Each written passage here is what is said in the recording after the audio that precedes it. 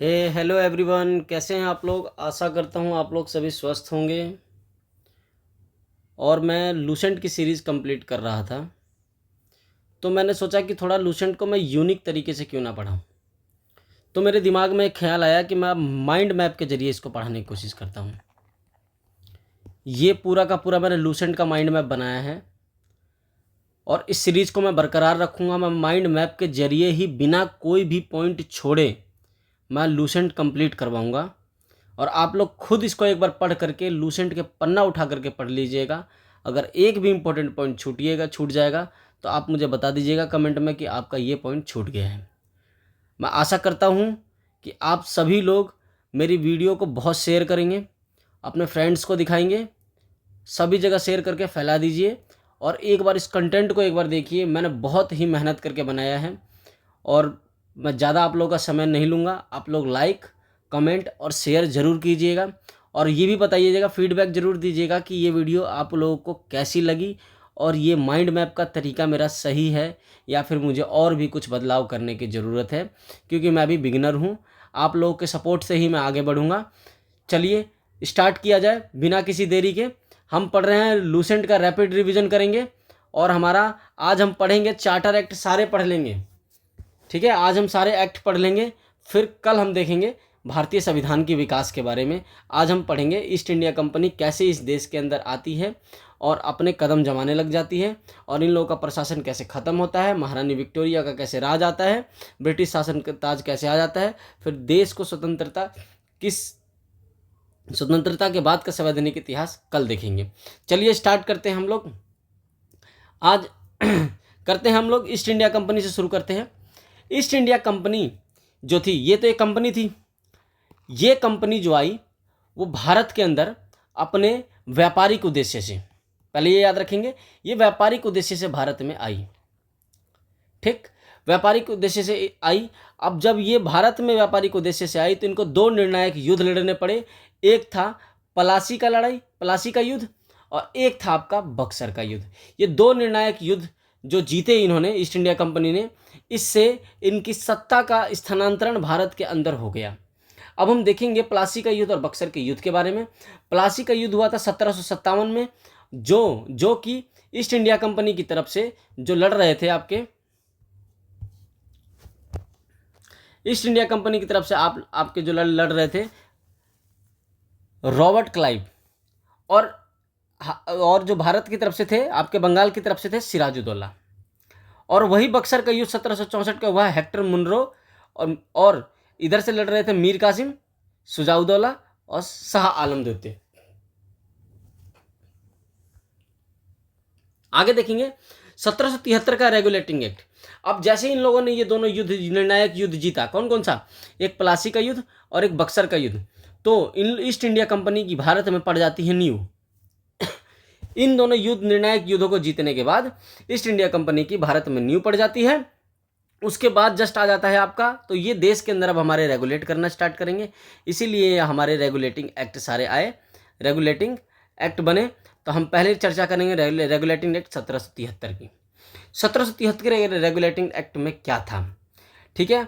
तो east India company के प्रशासनिक और राजनीतिक कार्य को मान्यता मिली, देश में क्या मिली, मान्यता। ठीक है, विस्तार हुआ किसका, प्रशासनिक और राजनीतिक कार्य का विस्तार हुआ। ईस्ट इंडिया कंपनी का नियंत्रण हुआ एक जगह बंगाल, कहाँ, बंगाल पर इन लोगों ने पूरा कंट्रोल कर लिया। किस पे कर लिया, बंगाल पे पूरा कंट्रोल कर लिया। ठीक है, यहाँ का लिख लीजिएगा, बंगाल पर इन लोगों ने पूरा कंट्रोल कर लिया। उसके बाद देखते हैं क्या, जो इन लोगों ने कंट्रोल किया तो इनका एक गवर्नर जनरल बना, जो कि बंगाल का गवर्नर जनरल बना। और गवर्नर जनरल का पद पाने वाला पहला व्यक्ति कौन, वॉरेन हेस्टिंग्स था। तुम्हारा वॉरेन हेस्टिंग्स था, जो कि बंगाल का प्रथम गवर्नर जनरल था, वॉरेन हेस्टिंग्स। 1773 में एक महत्वपूर्ण घटना और हुई थी, उच्चतम न्यायालय की स्थापना हुई थी। ये भी याद पॉइंट रखेंगे, कब हुई थी, 1774 में हुई थी। कब हुई थी, 1774 में हुई थी तुम्हारा। और स्थान कहाँ था, बंगाल के अंदर हुई थी। ठीक है, इसके मुख्य न्यायाधीश थे कौन थे, एलिजा इम्पे थे। एलिजा इम्पे, ये बहुत इंपॉर्टेंट नाम है, याद रखिएगा, कई बार एग्जाम में पूछता है इनका। और अन्य 3 न्यायाधीश थे, जो कि थे चैम्बर्स, लेमिस्टर और हाइड। ये तीनों नाम भी बहुत इंपॉर्टेंट है, आप इनको भी याद रखेंगे, कौन कौन है, चैम्बर्स, लेमिस्टर और हाइड, ये 3 नाम हैं। उसके बाद हम बात करते हैं आपका इनके अन्य महत्वपूर्ण प्रावधान और क्या क्या आए ईस्ट इंडिया कंपनी के, उसके बारे में बात करेंगे। उसमें सबसे पहले आया उपहार व रिश्वत पर प्रतिबंध। किस पे? उपहार व रिश्वत पे इन लोगों ने प्रतिबंध लगा दिया। किस पे? क्योंकि उपहार जो होता था तुम्हारा एक प्रकार से वो भी क्या होता था, रिश्वत होता था।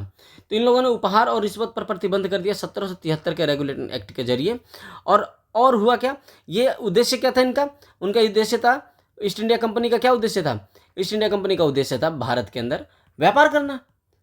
तो इन्होंने क्या किया, व्यापारिक उद्देश्य के लिए एक बोर्ड ऑफ डायरेक्टर का निर्माण किया, जो कि व्यापारिक मामले की देखरेख करता था। मैं आशा करता हूं समझ में आप लोगों को आ रहा है। चलो आगे चलते हैं। अब आ जाता है हमारा एक्ट ऑफ सेटलमेंट।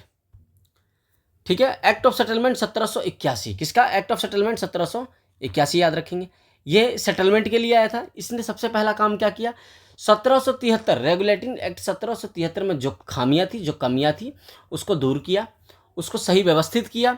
और उसके बाद दूसरा काम उनका हुआ क्षेत्राधिकार। इनको क्षेत्र अधिकार मिल गया, कुछ जगह मिल गए जहां ये कानून बनाने में समर्थ हो गए। कौन कौन से थे?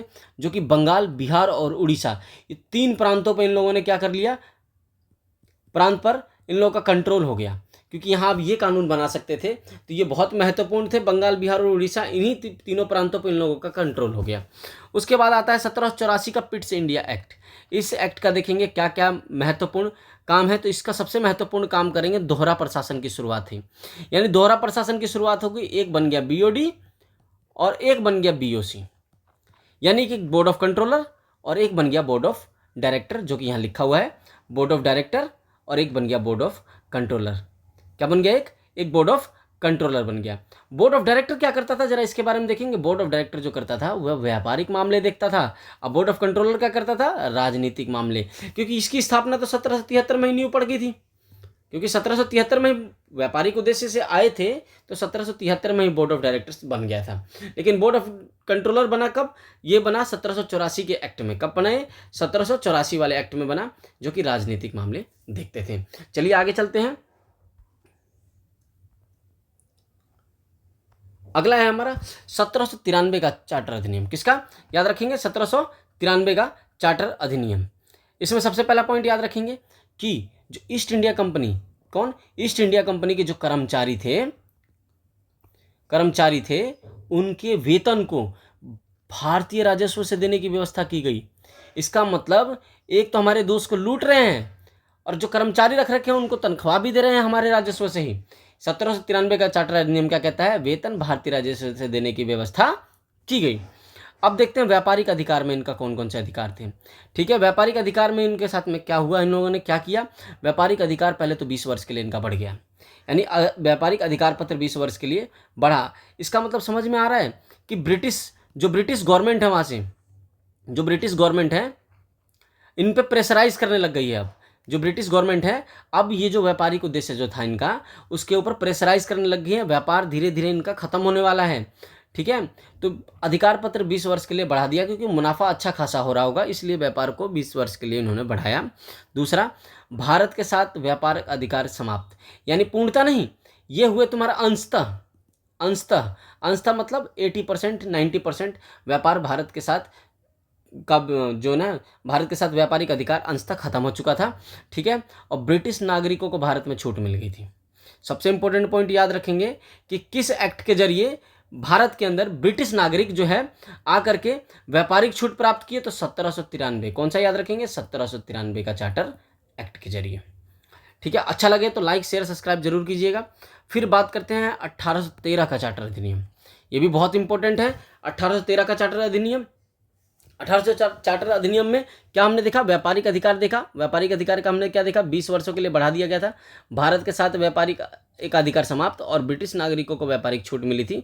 सॉरी, यहाँ 1813 होगा, 1813 के अधिनियम में। ठीक है, अब इसके साथ कुछ अपवाद भी थे। कौन कौन से अपवाद थे? पहले याद रखेंगे, चीन के साथ व्यापार जो है ना तुम्हारा एकाधिकार प्राप्त रहा, ये खत्म नहीं हुआ। पूर्वी देशों के साथ भी व्यापार समाप्त नहीं हुआ, ये भी चलता रहा। और चाय का व्यापार कंटिन्यू रहा, ये भी चलता रहा। और ये तीनों के तीनों जो चलते रहे वो 20 वर्षों के लिए अगले चलते रहे, यानी कि ये भी अब खत्म होंगे 1833 में, क्योंकि इनको एक अधिकार मिला था किसके, कितने वर्ष के लिए बढ़ा था, बस 20 वर्षों के लिए बढ़ा था। 1833 में ये भी खत्म हो जाएंगे। अब हम चलेंगे धार्मिक प्रावधान पे। हम देखेंगे कि यहाँ 1833 के चार्टर 1813 के चार्टर एक्ट में 1813 के चार्टर एक्ट में 1813 के चार्टर एक्ट में धार्मिक प्रावधान क्या हुआ था, ईसाई मशीनरियों को भारत में आने की और अपना धर्म प्रचार करने की अनुमति मिल गई थी। यहाँ से ईसाई धर्म भारत में फलने फूलने लगा, ठीक है ना, भारत में फला यानी कि फलने फूलने लगा ईसाई धर्म भारत के अंदर। आगे चलते हैं अब हम लोग। उसके बाद आ जाता है हमारा 1833 का चार्टर एक्ट। मैंने बताया था आपको 20 साल के बाद व्यापारिक अधिकार पूर्णतः समाप्त हो जाएंगे। 1833 के चार्टर एक्ट में क्या आया, व्यापारिक अधिकार। देखते हैं क्या क्या हुआ। व्यापारिक अधिकार अब जो है इनका पूर्णतः समाप्त हो चुका है। अब जो है ईस्ट इंडिया कंपनी का व्यापारिक उद्देश्य नहीं रह गया। अब क्या रह गया, केवल भारत पे शासन करने का उद्देश्य रह गया, यानी कि बीओडी यहाँ से खत्म। यहाँ कौन चालू है, BOC, board of controller start हो गया। अब यहाँ से डायरेक्टर वाला खत्म हो गया, क्योंकि ये व्यापारी का मामलों को देखते थे। अब यहाँ आ गया बोर्ड ऑफ कंट्रोलर, ठीक है। प्रशासनिक परिवर्तन में क्या हुआ देखते हैं जरा ध्यान से, ठीक है। प्रशासनिक परिवर्तन में हुआ, बंगाल का जो गवर्नर था अब पूरे भारत का गवर्नर जनरल बन गया। सबसे इंपॉर्टेंट पॉइंट है यहाँ पर, बंगाल के गवर्नर को अब पूरे भारत का क्या बना दिया, गवर्नर जनरल बना दिया गया। बंगाल के गवर्नर जनरल को भारत का गवर्नर जनरल बना दिया गया। गवर्नर जनरल की परिषद में चौथे सदस्य की नियुक्ति। अभी क्या होता था, अभी तक जो गवर्नर जनरल था जो कि बंगाल में था उसमें 3 सदस्य हुआ करते थे, लेकिन अब इसमें 1833 के चार्टर एक्ट के जरिए अब कितने सदस्य हो गए, 4 सदस्य। कितने सदस्य हो गए, 4, यानी चौथे सदस्य की नियुक्ति कर दी गई है। ये भी बहुत इंपॉर्टेंट पॉइंट है, याद रखेंगे। 1833 के चार्टर एक्ट के जरिए एक और महत्वपूर्ण बहुत काम हुआ है। क्या नाम है इसका, दास प्रथा का अंत कर दिया गया। यानी कि दास प्रथा खत्म हुआ कब, 1843 में पूर्णतः खत्म हो गया। किसके द्वारा खत्म हुआ, ये नाम याद रखेंगे, लॉर्ड एलनबरो के द्वारा। मैं आशा करता हूँ समझ में आ रही है। अब वित्तीय विधायी में देखते हैं क्या होता है तुम्हारा। पहले वित्तीय देखते हैं तुम्हारा, संपूर्ण देश के लिए एक बजट। क्योंकि आपने ऊपर ही देखा कि इन्होंने अब गवर्नर जनरल बंगाल की जगह पूरे भारत का हो गया, यानी कि कंट्रोल तो इनको प्राप्त हो चुका है पूरे भारत का। इससे ये समझ में आया अब पूरे देश के ऊपर कंट्रोल है तो पूरे देश के लिए एक ही बजट लागू होगा। तो इन लोगों ने पूरे देश के लिए क्या किया, एक ही बजट में पिरो दिया पूरे देश को। और जो है तुम्हारा यहाँ से वित्तीय विधायी शक्तियों में विधि आयोग आया। क्या आया, विधि आयोग में देखते हैं क्या क्या हुआ तुम्हारा। विधि आयोग में, विधि आयोग की स्थापना की गई कब, 1834 में।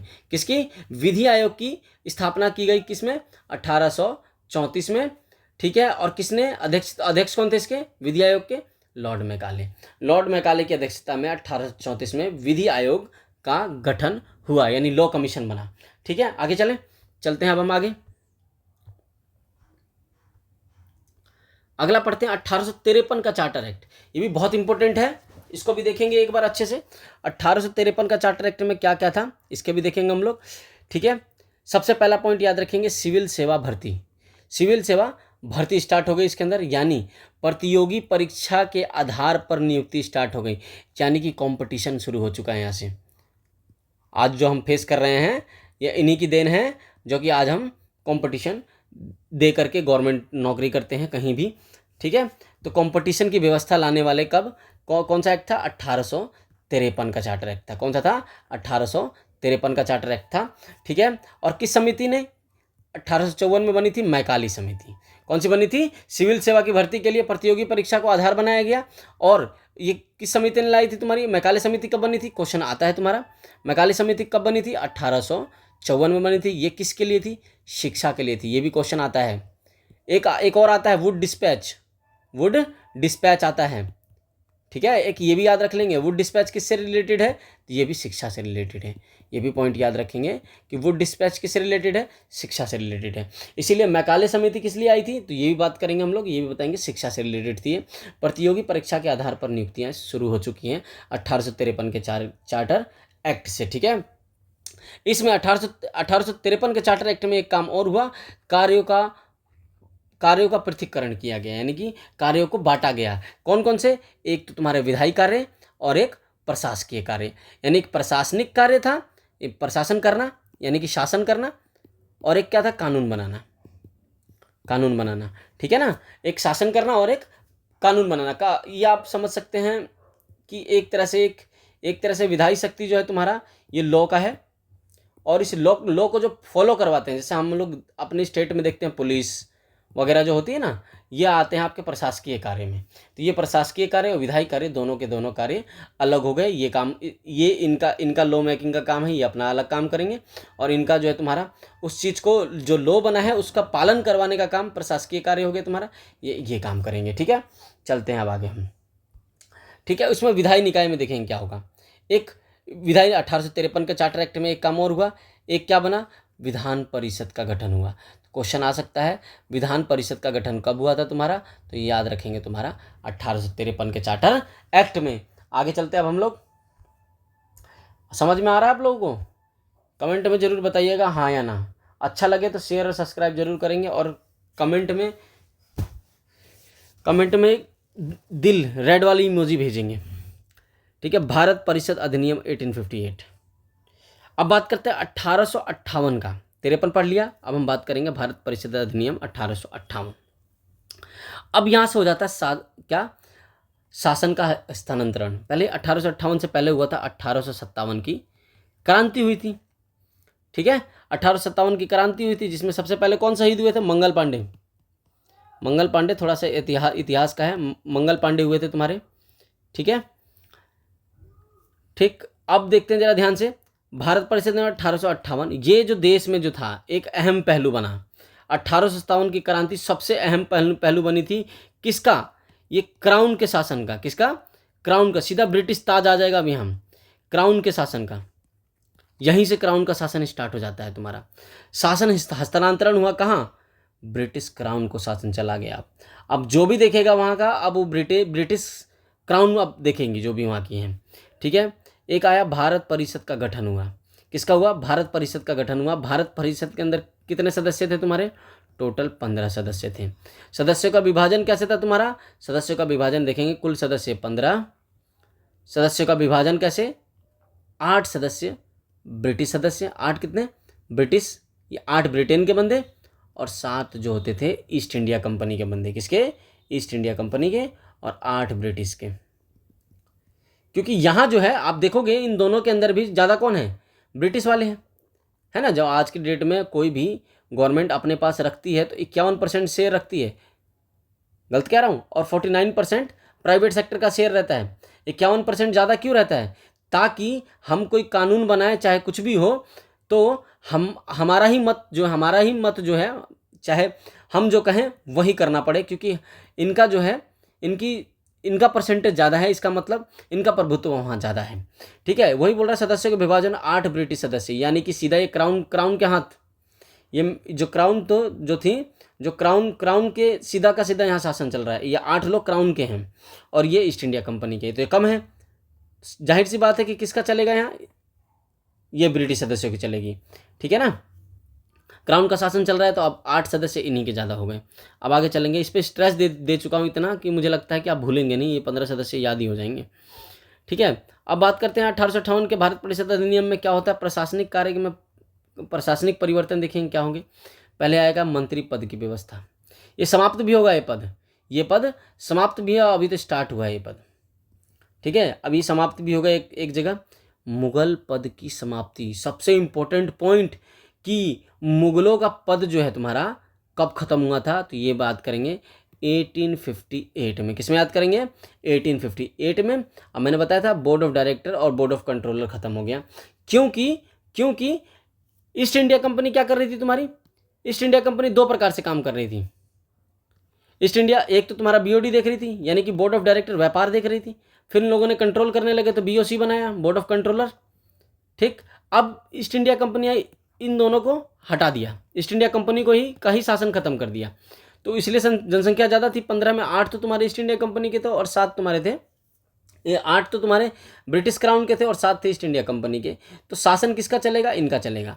तो इस हिसाब से इन लोगों ने बीओडी और बीओसी को ख़त्म कर दिया, यानी कि बोर्ड ऑफ डायरेक्टर और बोर्ड ऑफ कंट्रोलर खत्म हो गया। क्यों, क्योंकि यहाँ पर क्राउन का शासन आ चुका है ना, क्राउन का शासन अब आ चुका है, ठीक है। इसमें एक जो है secretary of state of India, मतलब एक पद नाम का सृजन हुआ। क्या नाम है इनका, तुम्हारे इस पद का नाम, भारत के राज्य सचिव की नियुक्ति, इसको हम बोलेंगे secretary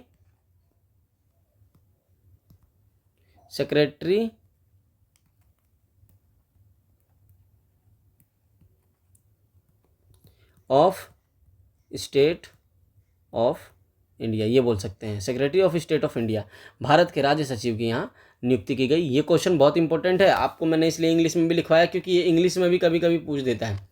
secretary of state of India जो है तुम्हारे कौन से अधिनियम के द्वारा बनाए गए थे, तो ये याद रखेंगे 1858 के अधिनियम के द्वारा। अब हम आगे चलते हैं, आगे देखेंगे 1861 भारत परिषद अधिनियम 1861, इसके बारे में भी थोड़ा सा हम लोग ध्यान से गहनता से इसके ऊपर चर्चा करेंगे। भारत परिषद अधिनियम 1861, इसके अंदर सबसे पहले क्या हुआ, इसमें विभागीय प्रणाली की शुरुआत हुई। किसकी, कौन सी प्रणाली, विभागीय प्रणाली की शुरुआत हुई।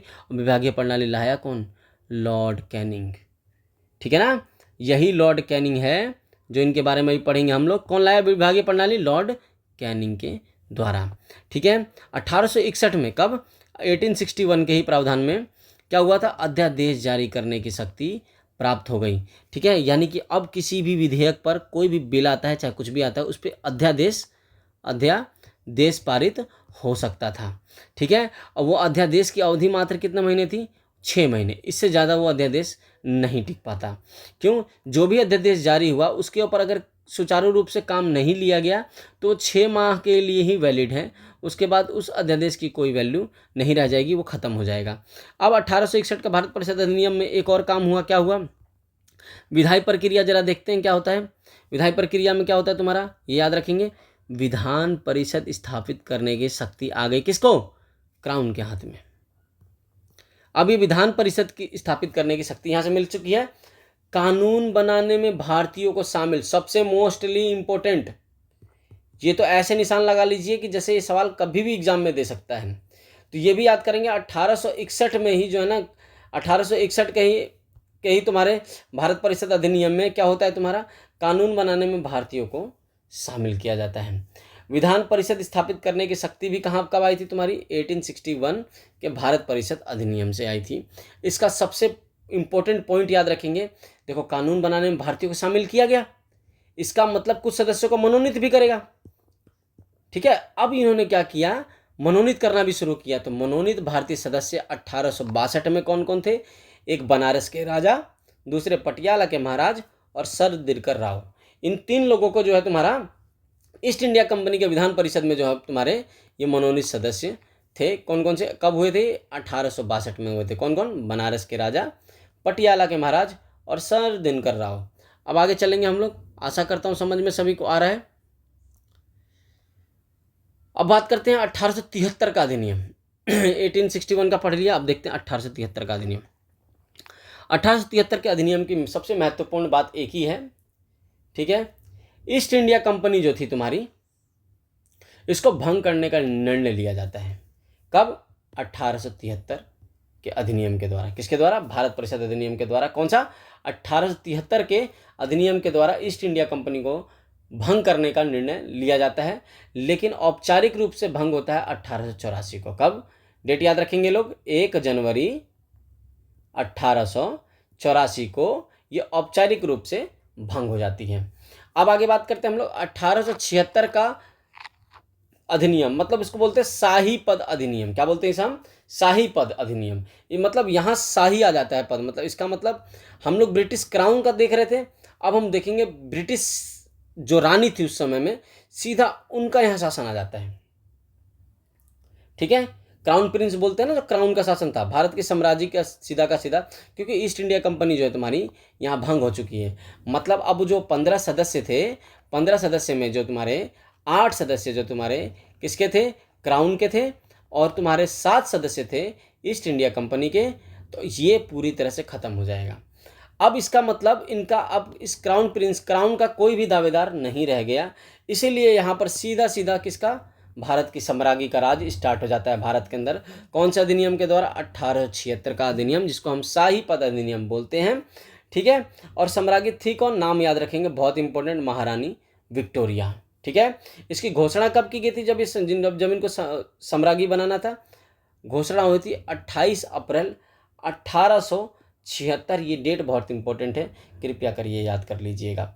ठीक है, ये पूछेगा भारत की सम्राज्ञी महारानी विक्टोरिया को कब घोषित किया गया, तो 28 अप्रैल 1876 को। अब हम आगे चलते हैं, अगला है 1892 का अधिनियम, ये भी बहुत इंपॉर्टेंट है 1892 का अधिनियम। ठीक है, इसमें देखिए जरा ध्यान से, अप्रत्यक्ष चुनाव प्रणाली आई, कौन सी, अप्रत्यक्ष चुनाव प्रणाली आई, और दूसरी संसदीय शक्तियां क्या आई, दो प्रकार के चेंजेस हुए इसमें, एक अप्रत्यक्ष चुनाव प्रणाली और एक संसदीय शक्तियां।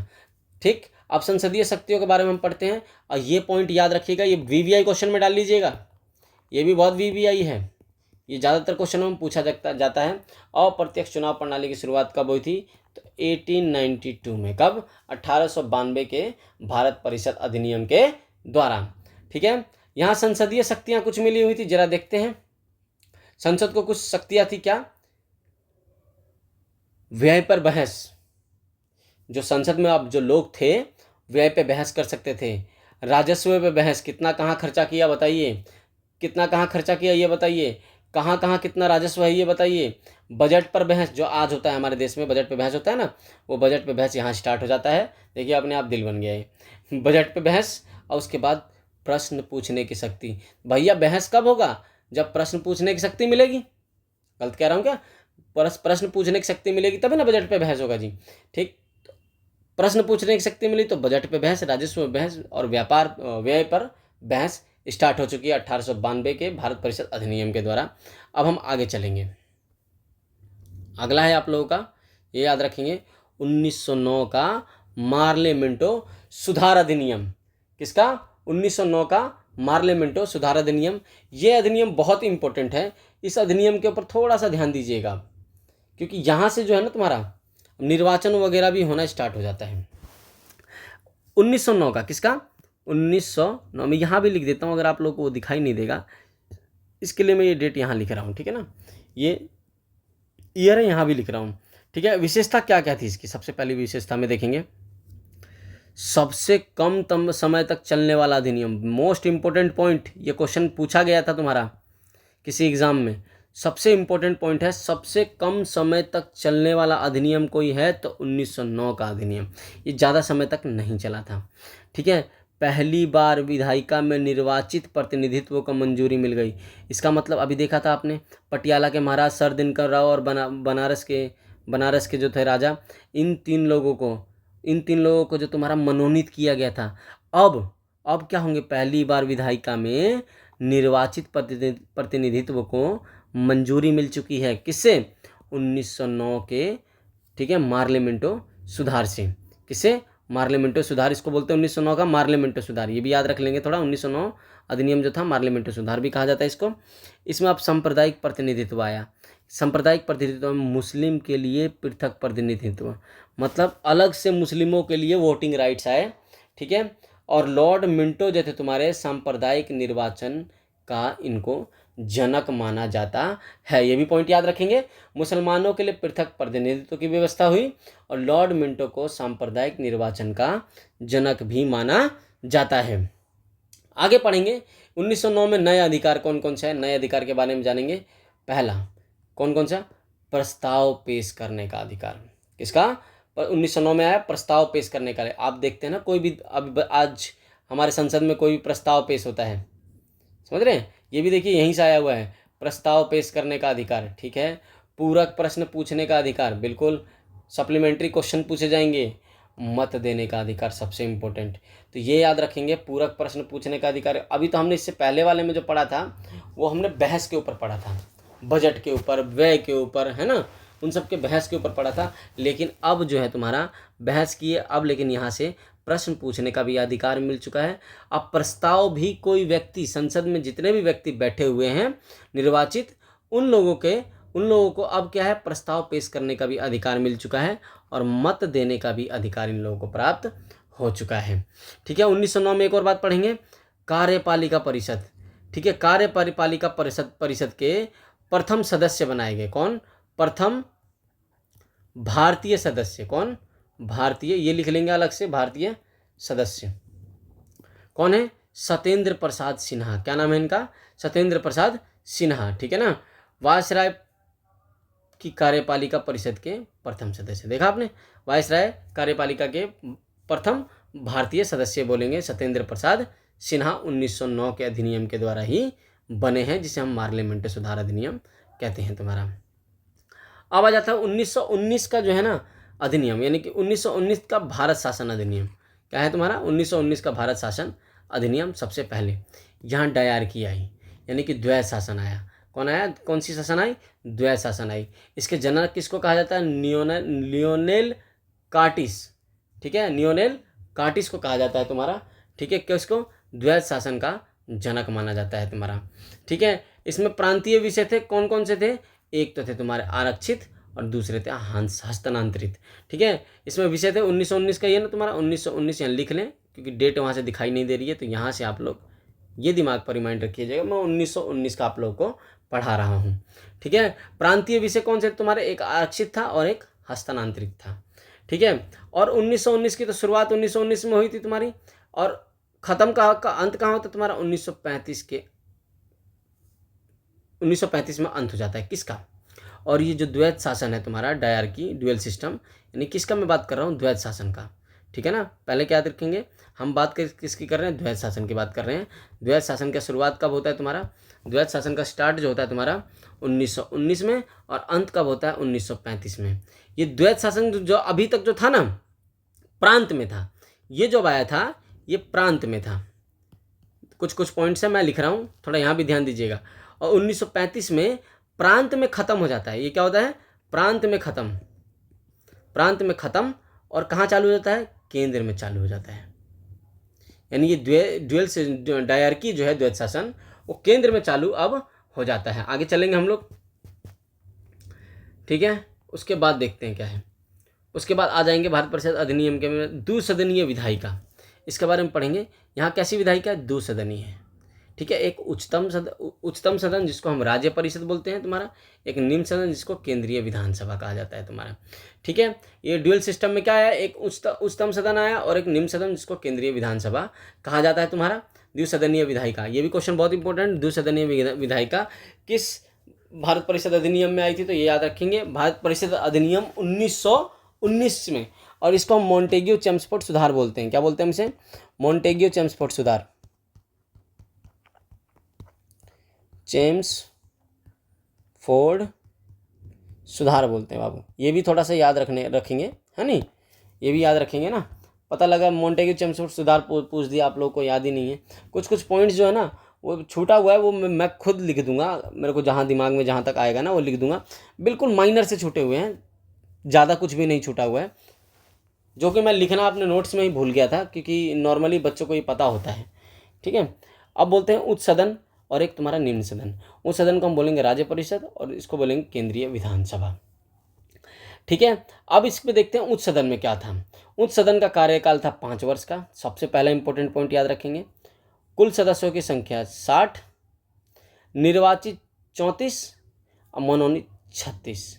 यानी कि राज्य परिषद में याद रखेंगे तुम्हारा केंद्र में द्वैध शासन आया, द्विसदनीय विधायिका बनी, द्विसदनीय विधायिका बनी, एक उच्च सदन बना और एक निम्न सदन बना। उच्च सदन को हम लोग राज्य परिषद कहते हैं और निम्न सदन को विधानसभा कहेंगे, ठीक है ना। विधान परिषद या विधानसभा हम लोग कहेंगे, ठीक है। राज्य परिषद और एक विधानसभा कहेंगे। तो राज्य परिषद का कार्यकाल 5 वर्ष का था। कुल सदस्यों की संख्या 60 थी, निर्वाचित 34 थे और मनोनीत 26 थे। इसी प्रकार से अब हम लोग पढ़ेंगे निम्न सदन यानी कि केंद्रीय विधानसभा के बारे में। क्या नहीं, केंद्रीय विधानसभा में देख लेते हैं। कार्यकाल 3 साल का, सबसे इंपॉर्टेंट पॉइंट। कुल सदस्य 144, निर्वाचित 104, मनोनीत 40। फिर से याद करेंगे, 2 सदन थे, एक उच्च सदन था जिसको हम बोलते थे राज्य परिषद। कुल सदस्य संख्या 60, निर्वाचित 34, मनोनीत 26 और कार्यकाल 5 साल का, कार्यकाल 5 साल का। और इसलिए केंद्रीय विधानसभा में कितने? केंद्रीय विधानसभा में निम्न सदन बोलते हैं, कार्यकाल 3 साल का, कुल सदस्य 144, निर्वाचित 104 और मनोनीत तुम्हारे 40। आगे चले अब। और क्या हुआ इसे? देखो मैं लिखा हुआ है ना ये वाला, इसे मॉन्टेग्यू चेम्सफोर्ड सुधार भी कहा जाता है। यहाँ पर लोक सेवा आयोग का गठन हुआ, ये बात याद रखेंगे। महालेखा परीक्षक की नियुक्ति, महालेखा परीक्षक समझते हैं, उसको बोलते हैं कंट्रोलर कैग की, किसकी? कंट्रोलर ऑडिटर जनरल बोलते हैं इसकी। इसकी नियुक्ति जो की गई थी, की व्यवस्था की गई थी, किससे? 1919 के भारत परिषद अधिनियम से। ठीक है, और लोक सेवा आयोग का भी यहाँ गठन किया गया है। इसको मोंटेग्यू चेम्सफोर्ड सुधार कहा जाता है। द्विसदनीय है, उच्च सदन, निम्न सदन, इसको राज्य परिषद और इसको केंद्रीय विधानसभा। उसका 5 साल का, ठीक है, उसका 5 साल का, और टोटल 60 थे, 34 निर्वाचित और 26 तुम्हारे मनोनीत। निम्न सदन में क्या, केंद्रीय विधानसभा, कार्यकाल 3 वर्ष का, कुल सदस्य 144, निर्वाचित 104 और मनोनीत 40। अब आगे हम चलेंगे, फिर से आगे देखेंगे। अब है आपका अगला 1919 का ही भारत परिषद अधिनियम की कुछ और भी विशेषताएं थी, जरा उसके बारे में देखते हैं। सबसे पहला पॉइंट, लोक सेवा आयोग। किसका? लोक सेवा आयोग का गठन हुआ। इस लोक सेवा आयोग को गठित करने के लिए ना किसी ने सिफारिश की थी। किसने? ली आयोग ने सिफारिश करी थी। किसने करी थी? ली आयोग ने सिफारिश करी थी। ये ली आयोग बना कब है? 1923-24 में ये बना है, ये याद रखेंगे। सिफारिश कब करी है? 1926 में करी है। ये सिफारिश की डेट है। किसकी डेट है ये सिफारिश की डेट है। क्या ये सिफारिश है? ठीक है, ली आयोग बना कब था? 1923-24 में। कब बना था? ठीक है, इसी की सिफारिश पर 1926 में केंद्रीय लोक सेवा आयोग का गठन हुआ। लोक सेवा आयोग समझते हैं? लोक सेवा आयोग का गठन हो चुका है यहाँ पर तुम्हारा। अब बात करते हैं, अगला पॉइंट है तुम्हारा 1919 भारत शासन अधिनियम में बजट और निर्वाचन, इन दोनों के बारे में अब देखेंगे हम लोग। बजट में क्या क्या था और निर्वाचन में क्या क्या था, अब जरा देखेंगे। केंद्रीय बजट को, सबसे पहला पॉइंट, राज्य बजट से अलग, जो कि आज भी हमारे देश में चलता है। सेंटर का बजट अलग आता है और स्टेट का बजट अलग आता है ना। इसके अंदर किस किस फील्ड में कितने कितने पैसे एलोकेट करने हैं, ये लोग यहाँ ध्यान देते हैं। तो केंद्रीय बजट को राज्य बजट से अलग कर दिया गया, सबसे पहला पॉइंट। दूसरा, पृथक निर्वाचन की व्यवस्था। हमने मुस्लिम का तो पढ़ लिया था, बाकी जो कम्युनिटी है, जो जिनकी जनसंख्या भारत में कम है, उसमें थे तुम्हारे सिख, ईसाई, आंग्ल भारतीय और यूरोपीय, ये 4 लोग। ठीक है, इनको भी पृथक निर्वाचन की व्यवस्था मिल चुकी है। किस किस के लिए? एक सिख के लिए, ईसाई के लिए, आंग्ल भारतीय के लिए और यूरोपीय के लिए। मुस्लिम लीग को तो आपको शुरू में पता है ही। ठीक है, महिलाओं को पहली बार वोट देने का अधिकार। इसका सबसे इंपॉर्टेंट पॉइंट पता है क्या है? महिलाओं को वोटिंग राइट कब मिला था तुम्हारा? 1919 के भारत परिषद अधिनियम के द्वारा। अब देखते हैं, इसमें एक परिषद की संरचना हुई। किसकी? 1919 के उसमें जो है ना एक परिषद की संरचना हुई। इसमें कुल 6 सदस्य थे। कौन थे? 6 सदस्य थे। ठीक है, जिनमें से एक था कमांडर इन चीफ। इसमें से क्या था तुम्हारा? 3 सदस्य तुम्हारा इंडिया से और 3 सदस्य तुम्हारे कहाँ से थे? तुम्हारे 3 सदस्य थे तो ब्रिटेन से। तुम्हारा किससे? क्राउन रूल से। कहाँ से? क्राउन रूल से।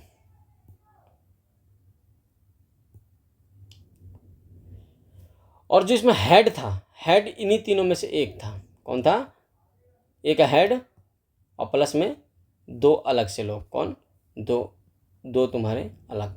ये हेड एक और 2 ये 2 चीज़ में बटा हुआ था। कैसे एक ऐसे करेंगे, एक ये और 2 ये हेड है और ये सबऑर्डिनेट्स हैं इनके। ठीक है, आगे देखेंगे हम लोग। एक वैधानिक आयोग का गठन किया गया। कौन सा आयोग है? वैधानिक आयोग। इसके गठन का प्रावधान क्या था? ये इसके गठन करने का वैधानिक आयोग का क्या था? कार्य, जो भी कार्य हुए हैं हर 10 वर्ष के बाद में जांच करके रिपोर्ट देने का इसका सबसे इम्पोर्टेंट काम था। आगे पढ़ेंगे हम लोग। अन्य महत्वपूर्ण तथ्य में क्या देखेंगे, यानी कि जब हम 1919 का भारत परिषद अधिनियम पढ़ रहे हैं, उस समय ब्रिटेन के प्रधानमंत्री कौन थे? लॉर्ड जॉर्ज थे। कौन थे? लॉर्ड जॉर्ज ब्रिटेन के प्रधानमंत्री थे। अब हम बात करते हैं तुम्हारा 1935 भारत शासन अधिनियम 1935। इसके अंदर सबसे इंपॉर्टेंट पॉइंट पता है क्या है? सबसे पहले तो हम यहाँ लिखेंगे 1935, ताकि आप लोगों के दिमाग में रहे कि मैं 1935 के बारे में पढ़ा रहा हूँ। ठीक है, आधार और संरचना देखते हैं तुम्हारा। ये किस चीज़ के ऊपर बेस्ड था? इस साइमन कमीशन की रिपोर्ट पर आधारित था। भारत कब आया? 1928 आया। साइमन कमीशन कब आया? 1928 में भारत आया। इसमें 321 अनुच्छेद और अभी कितनी है? 395 है। 10 अनुसूचियाँ थी, अब कितने हैं? 12 विस्तारित हो चुके हैं। ठीक है, ये क्वेश्चन भी पूछ सकता है कि ये कब 10 का कब थी। ठीक है, 321 अनुच्छेद कब थे? तो ये बात रखेंगे 1935 के एक्ट में थे। ठीक है। अखिल भारतीय संघ, क्या अखिल भारतीय संघ की स्थापना हुई जिसमें लोग थे 17। कितने लोग थे अखिल भारतीय संघ में? 17 लोग। 11 एक तरफ बट गए, 6 एक तरफ बट गए। ये कौन थे? ये यूके वाले यानी कि ब्रिटेन वाले, ब्रिटिश। और ये कौन थे? चीफ कमिश्नरी इलाके। और देसी रियासतें इसमें शामिल हो सकती थी। अखिल भारतीय संघ में देसी रियासतें स्वैच्छिक रूप से थी, शामिल हो सकती थी। स्वैच्छिक है, इनसे कोई जोर ज़बरदस्ती नहीं थी आप आओगे कि नहीं आओगे, लेकिन ये शामिल नहीं हुए। एक ये भी पॉइंट याद रखेंगे आप लोग, ठीक है। अब शासन व्यवस्था कैसी थी आगे जरा हम देखेंगे अब, ठीक है। अब देखते हैं शक्तियों का विभाजन। शक्तियों का क्या विभाजन? शक्तियों का विभाजन था किससे? एक तो परिसंघ सूची, प्रांत सूची और एक समवर्ती सूची। परिसंघ सूची पर केंद्र बनाएगा, प्रांतीय सूची पर प्रांत बनाएगा, और समवर्ती सूची पर केंद्र और प्रांत दोनों का रूल चलेगा, ठीक है। और लेकिन प्रधान कौन होगा? ये केंद्र, ये होगा हाई, ये ही है हाई कमांड, जो ये कहेगा वही काम होगा। ये तो बस नाम का है, ठीक है ना, याद रखेंगे। आज भी देखेंगे कोई मुद्दा जो है तुम्हारा स्टेट में भी है और वही चीज़ जो है सेंटर पे भी गया, तो किसका होता है? सेंटर का मान्य होता है, स्टेट का मान्य नहीं होता है। इसका मान्य हो जाएगा, इसका मान्य नहीं होगा, ठीक है। आगे चलते हैं, अब देखते हैं। अब 1935 के अधिनियम में देखते हैं प्रमुख कथन एवं विचार, ठीक। जवाहरलाल नेहरू के 2 कथन हैं जो कि बहुत इंपॉर्टेंट है, ये दोनों के नाम याद रखेंगे। गुलामी का अधिकार पत्र, क्या? गुलामी का अधिकार पत्र। और दूसरा एक कार जिसमें ब्रेक हैं पर इंजन नहीं है तुम्हारा, ठीक है। आगे चलेंगे हम लोग अब आगे देखते हैं इसमें। और एक B.R. अम्बेडकर का भी था। B.R. अम्बेडकर ने 1935 के अधिनियम की आलोचना करी है, आप बस ये याद रखेंगे, आलोचना करिए। आलोचना शब्द जहाँ आ जाएगा वो मार दीजिएगा, ठीक है। कि 1935 में के अधिनियम को B.R. अम्बेडकर ने आलोचना इसकी करी है, ठीक है। अब आगे चलते हैं। भाइयों नाइट ड्यूटी करके आया हूँ, मैं सोचा कि पहले कंटेंट तैयार कर लूँ, उसके बाद आराम से सोया जाएगा, लेकिन अब आंखें जो हैं कि पलकें गिरती जा रही हैं, ठीक है। चलिए कोई बात नहीं, फिर भी हम लोग अपने जोर शोर से इसको ख़त्म करके ही मानेंगे आज, ठीक है। संघीय न्यायालय की स्थापना, एक पॉइंट और इम्पोर्टेंट याद रखेंगे, क्या? 1935 के अधिनियम में ही संघीय न्यायालय की स्थापना हुई। इसकी संरचना क्या थी देखें जरा ध्यान से, एक मुख्य न्यायाधीश और एक अन्य न्यायाधीश, यानी टोटल कितने न्यायाधीश? 2 कैसे बटे? 1 और 1 में एक था तुम्हारा हेड और एक इसका सबऑर्डिनेट, ठीक है, ठीक है। ये संघीय न्यायालय की स्थापना हुई है। अब बात करते हैं तुम्हारा ये संघीय न्यायालय की जो स्थापना तो हुई है, लेकिन इस संघीय न्यायालय की अंतिम शक्ति किसके पास थी? प्रिवी काउंसिल लंदन को। क्या है ये? इन्होंने भी कोई फैसला सुनाया, इन्होंने कोई फैसला सुनाया, सहमत नहीं हुए, मुख्य न्यायाधीश के पास के सहमत नहीं हुए, तो ये मुद्दा कहाँ जाएगा? सीधा चला जाएगा प्रिवी काउंसिल को। प्रिवी काउंसिल कहाँ है तुम्हारा? लंदन में है तुम्हारा। ये अंतिम शक्ति इसी के पास थी तुम्हारी। अब आगे हम बात करते हैं और भी कुछ प्रावधान है। संवैधानिक और प्रशासनिक परिवर्तन, इसमें ब्रिटिश संसद को सर्वोच्चता मिली, यानी कि ब्रिटिश संसद ही सबसे ऊपर बैठ गया। भारत परिषद का अंत हुआ था, कहीं एक जगह स्टार्ट हुआ था, आप पढ़ेंगे एक बार बताएंगे। ये क्वेश्चन है आप लोगों के लिए, ये क्वेश्चन है, ठीक है। भारत परिषद शुरुआत कब हुई थी तुम्हारी? इसकी प्रस्तावना का इसमें अभाव था। क्या प्रस्तावना को हम क्या बोलते हैं? उद्देशिका बोलते हैं। क्या बोलते हैं हम उसे? उद्देशिका, जो कि कौन लाए थे? नेहरू साहब लाए थे, ठीक है ना, नेहरू साहब लाए थे।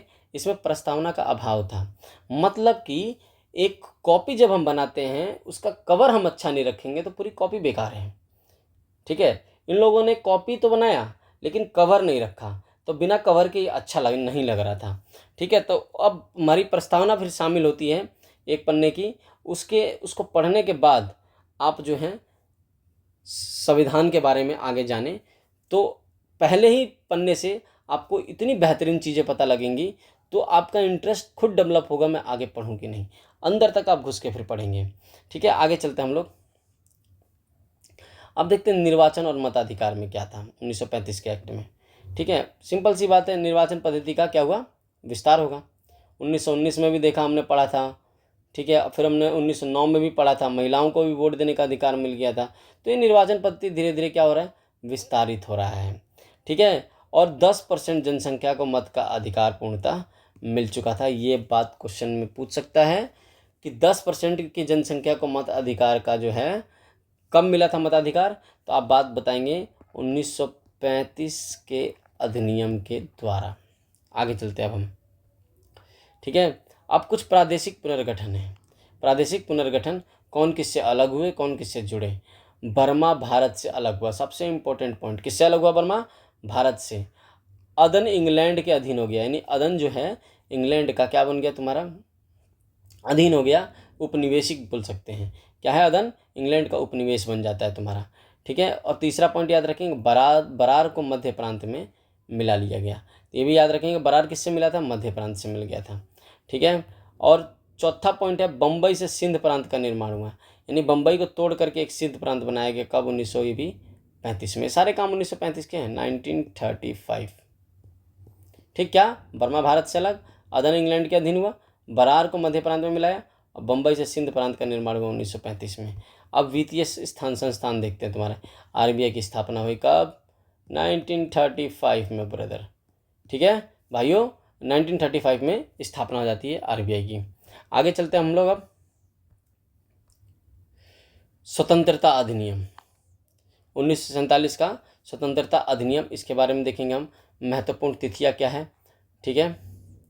स्वतंत्रता अधिनियम 1947, 1947 क्या है, ये सबसे इंपॉर्टेंट पॉइंट, हमारा देश अब आज़ाद हो रहा है। स्वतंत्रता अधिनियम है, ठीक है ना। इसके बारे में पढ़ेंगे क्या, ये स्वतंत्रता अधिनियम आया कब था, पहला तो ये पॉइंट क्वेश्चन पूछ सकता है। कब आया था, प्रस्ताव आया था 4 जुलाई 1947 को। कितना, 4 जुलाई 1947। इस 4 में 14 जोड़ देंगे, कितना जोड़ देंगे, 14 जोड़ देंगे, 14 जुलाई 1947 को ये स्वीकृति हो गया। प्रस्ताव कब आया था, 4 जुलाई 1947 को, और तुम्हारी स्वीकृति कब मिली उसको, 18 जुलाई 1947 को मिली थी तुम्हारी, ठीक है, ठीक है ना। आगे देखते तुम्हारे,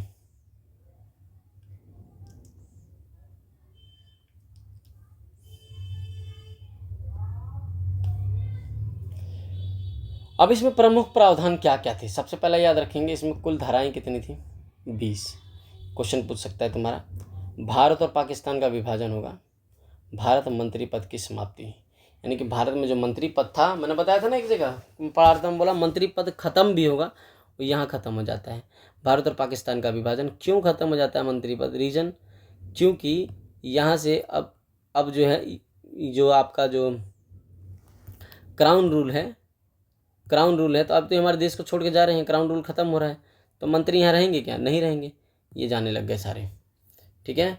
अब प्रशासनिक संरचना में क्या रखेंगे याद, गवर्नर जनरल के बारे में याद रखेंगे थोड़ा सा, ठीक है। गवर्नर जनरल जो थे तुम्हारे, ठीक है, भारत हेतु एक गवर्नर जनरल, जब हमारा देश बंटवारा हुआ तो इन्होंने बोला था कि भारत हेतु एक गवर्नर जनरल रहेगा, और पाकिस्तान के लिए भी एक गवर्नर जनरल रहेगा, और नियुक्ति मंत्रिमंडल के सलाह पर करेगी, ठीक है। अब देखिए कितने बेवकूफ़ बना रहे हैं, भारत के लिए गवर्नर जनरल बैठा दोगे, पाकिस्तान के लिए गवर्नर जनरल बैठा दोगे, तो सारी पावर इन्हीं के पास, फिर ये दोनों जने पावर खेलेंगे, है नहीं, और ये इसमें हमारा देश फंसा रहेगा। तो हुआ क्या, ये मंत्रिमंडल की सलाह पर एक भारत में और एक पाकिस्तान हेतु एक गवर्नर जनरल बनाया गया। इस मांग को खारिज भी कर दिया जाता होगा, ठीक है ना, ये जो मांग है वो खारिज कर दिया जाएगा, क्योंकि खारिज करने लायक ही आप भी सोच सकते हैं कि एक उधर रहेगा एक इधर रहेगा, दोनों गवर्नर जनरल एक एक देश में रहेंगे, तो क्राउन का रूल खत्म कहाँ हुआ, वो तो चालू ही अभी भी चल ही रहा है, ठीक है ना। नियुक्ति जो होगी इन लोगों की मंत्रिमंडल की सलाह पर होगी, एक ये पॉइंट याद रखिएगा। विशेष क्षेत्र कौन थे, एक तो था सिलहट जिला, कौन सा है, सिलहट जिला कहाँ पड़ता है, आसाम में पड़ता है, कहाँ पड़ता है, आसाम में। जनमत संग्रह का आयोजन किया गया था यहाँ पर, कहाँ किया गया था, सिलहट जिला आसाम में, और इसने सिलहट जिला ने, आसाम ने पाकिस्तान के पक्ष में मतदान किया था, ये भी बहुत इंपॉर्टेंट पॉइंट है, ये भी याद रखेंगे, ठीक है। अब आज के लिए इतना ही छोड़ते हैं, आशा करता हूँ सभी लोग स्वस्थ होंगे, अपने परिवार का ख्याल रखिए, आप भी अपना ख्याल रखिए, और अच्छे से पढ़ाई कीजिए और सिलेक्शन लीजिए फटाफट, ठीक है। और ये वीडियो को थोड़ा सा शेयर एंड सब्सक्राइब जरूर कीजिएगा। ये रहेगा हमारा पार्ट 2, कल पढ़ेंगे हम लोग अब ये पार्ट 2, ठीक है। मैं आशा करता हूँ कि ये वीडियो आप लोगों को पसंद आई होगी। अब प्लीज़ एक बार मुझे भी सपोर्ट करके देखिए, क्या पता, मैं अपना बेस्ट तो अभी से देना स्टार्ट कर चुका हूँ, मैं इससे भी ज़्यादा अपना बेस्ट देने की कोशिश करूँगा। एक बार जुड़िए और जुड़ करके मेरे पे विश्वास करके देखिए। मैं पहले से गवर्नमेंट जॉब में हूँ, तो मुझे थोड़े से ऐसे पता है कि हम गवर्नमेंट जॉब में कैसे घुस सकते हैं। मुझे उसका गेट पता है कि किस प्रकार से हम उस गेट के अंदर घुस सकते हैं। उसके लिए कुछ इसी प्रकार के नोट्स तैयार करने पड़ेंगे और जो कि अच्छे कंटेंट पढ़ने पड़ेंगे, क्योंकि हम लोग ने मैं इस नोट की जगह मैं आपको एआई नोट्स भी तैयार कर सकता था, लेकिन मुझे वो फ्रूटफुल नहीं लग रहा था, क्योंकि एआई जो है नोट जनरेट तो कर रहा है लेकिन कंप्लीट इन्फॉर्मेशन नहीं दे रहा है।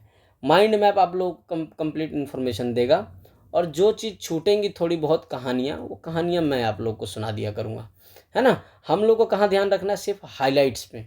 जो क्वेश्चन में हाईलाइट है, जो एग्जाम में पूछे जाते हैं, हमें उसी के ऊपर बस काम करना है। ठीक है, चलिए, ओके, साइनिंग ऑफ।